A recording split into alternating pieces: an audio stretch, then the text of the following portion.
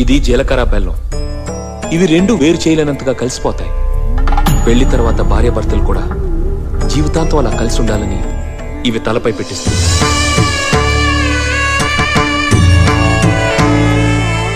ఇది మంగళసూత్రం. మంగళం అంటే పవిత్రత, సూత్రం అంటే తాడు. ఇది మెడలో పడగానే పెళ్లి అగ్ని కంటే పవిత్రం అవుతుంది. పుట్టింటికెళ్తే అత్తారింటిని, అత్తారింటికెళ్తే పుట్టింటిని మర్చిపోకూడదనే 2 బొట్లున్న తాళిని మెడలో కట్టిస్తాం.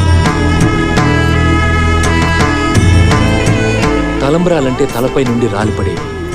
ఆ ఇంట్లో సిరి సంపదలు కూడా అలా వచ్చి పడాలని తలంబ్రాలు పోయిస్తాం.